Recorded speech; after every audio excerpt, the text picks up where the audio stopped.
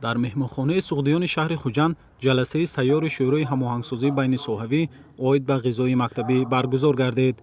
در جلسه معاون رئیس ولایت سوغد، نماینده برنامه عضوقواری جهانی در ولایت سوغد، نمایندگان وزارت معارف و علم، وزارت کشاورزی جمهوری تاجیکستان و دیگر نمایندگان ریاست و بخش‌های معارف شهر و نواحی ولایت اشتراک و سخنرانی نمودند.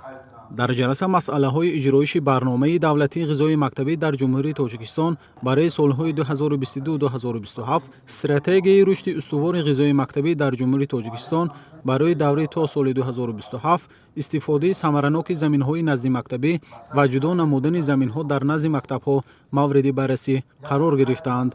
در جلسه از توجه و غمخوری‌های اساسگذار صلح و وحدت ملی پیشوای ملت محترم امام علی رحمان نسبت به ساحه معارف یادآور شده، تأمین خوانندگان با غذای مکتبی را در دایره سیاست معارف پرورانی پیشوای ملت عنوان نمودند.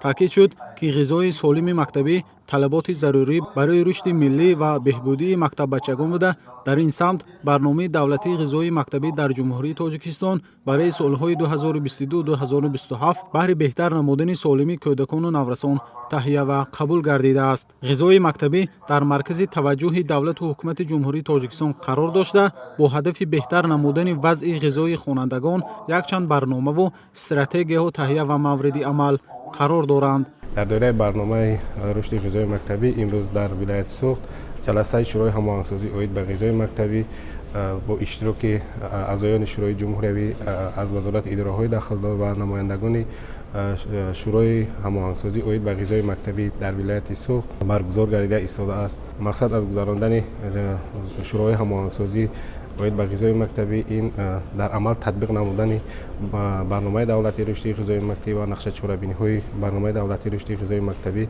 به حساب می‌رود. برنامه عضوقواری جهانی یکی از شریکان مهم استراتژی در ساحه معارف به حساب رفته، در تطبیق برنامه‌های اجتماعی از جمله غذای مکتبی نقش نمایان دارد. در جلسه مسئله‌های تأمینات غذای مکتبی در مؤسسه‌های تحصیلات عمومی ولایت، عملشوی برنامه دولتی رشد غذای مکتبی در جمهوری تاجیکستان برای سالهای 2022-2027 و نقشه برای سالهای 2026 مورد بررسی قرار داده شد. شروع از سال 1999 از جانب برنامه عضوقواری جهانی سازمان ملل متحد با مؤسسه تحصیلات میانه عمومی محصولات خوراکباری از قبیل آرد، روغن و محصولات دانگی برای تأمین غذای مکتبی دسترس کرده می شود. تا امروز در مؤسسه تحصیلات میانه عمومی که خوانندگان با غذای مکتبی تامین کرده می شدند، واحدهای کاری آشپز نبودند. واحد کاری آشپز وابسته به شماره خوانندگان جدا کرده می شود. غذای مکتبی اساساً برای خردسالان خوانندگان صنف‌های ابتدایی پیش بینی شده است. در تأمین اجرای برنامه‌های بالاذکر در مکتب‌های شهر و نواحی ولایت سوغد در ردیف مقامات اجرایی حاکمیت دولتی ولایت شریکان رشد از جمله برنامه عضوقواری جهانی سازمان ملل متحد سهمگذارند. همچنین در جلسه مسئله تأسیس خواجگی‌های یاری‌رسانی نزد مکتبی مانند گرمخانه‌ها بررسی گردیده، قید گردید که امروزها در برخی از مکتب‌های شهر و نواحی ولایت سوغد زمین‌های نزد مکتبی ثمرناک استفاده نمی‌شوند. وابسته به برطرف نمودن مشکلات موجوده ساحه از جمله تامین مکتب بچگان با غذای سالم از جانب اشتراکچیان تکلیف و پیشنهادات مفید ارائه گردیده. در ادامه جلسه اشتراکچیان دایر به سمت‌های گوناگون موضوع‌های بررسی شده مبادله افکار نمودند.